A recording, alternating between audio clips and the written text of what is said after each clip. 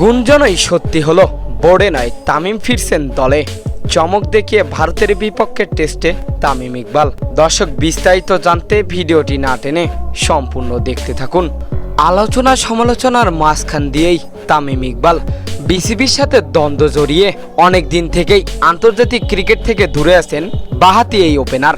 অনেক সময় আলোচনায় এসেছেন তার কথা দিয়ে, আবার বিপিএল এ সাকিবের সাথে দ্বন্দ্ব বাজিয়ে। তবে যাই করুক না কেন, তামিম ইকবালের ফেরার অপেক্ষায় বাংলাদেশের ক্রিকেট ভক্তরা।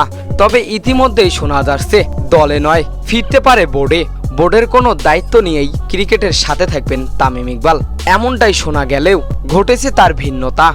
রাওয়ালপিন্ডিতে ঐতিহাসিক জয়ের পর বাংলাদেশ ক্রিকেটকে নতুনভাবে তুলনা করছে ক্রিকেট বিশ্লেষকরা।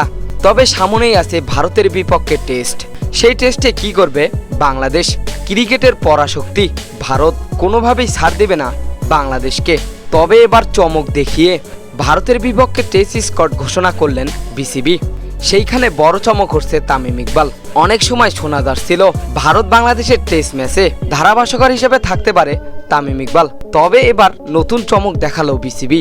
ভারতের বিপক্ষে তামিমকে একাদশে রেখেই স্কট ঘোষণা করলো বিসিবি, এবং এইখান থেকে বোঝা গেল বোর্ডে নয় দলে ফিরছেন তামিম ইকবাল। তো দর্শক, ভারতের বিপক্ষে তামিমকে একাদশে রেখে কোনো কি ভুল করলো বিসিবি? কি মনে হয় আপনাদের? জানিয়ে দিবেন এই বিষয়ে আপনাদের গুরুত্বপূর্ণ মতামত আমাদের ভিডিওর কমেন্ট বক্সে। এতক্ষণ আমাদের সঙ্গে থাকার জন্য অসংখ্য ধন্যবাদ।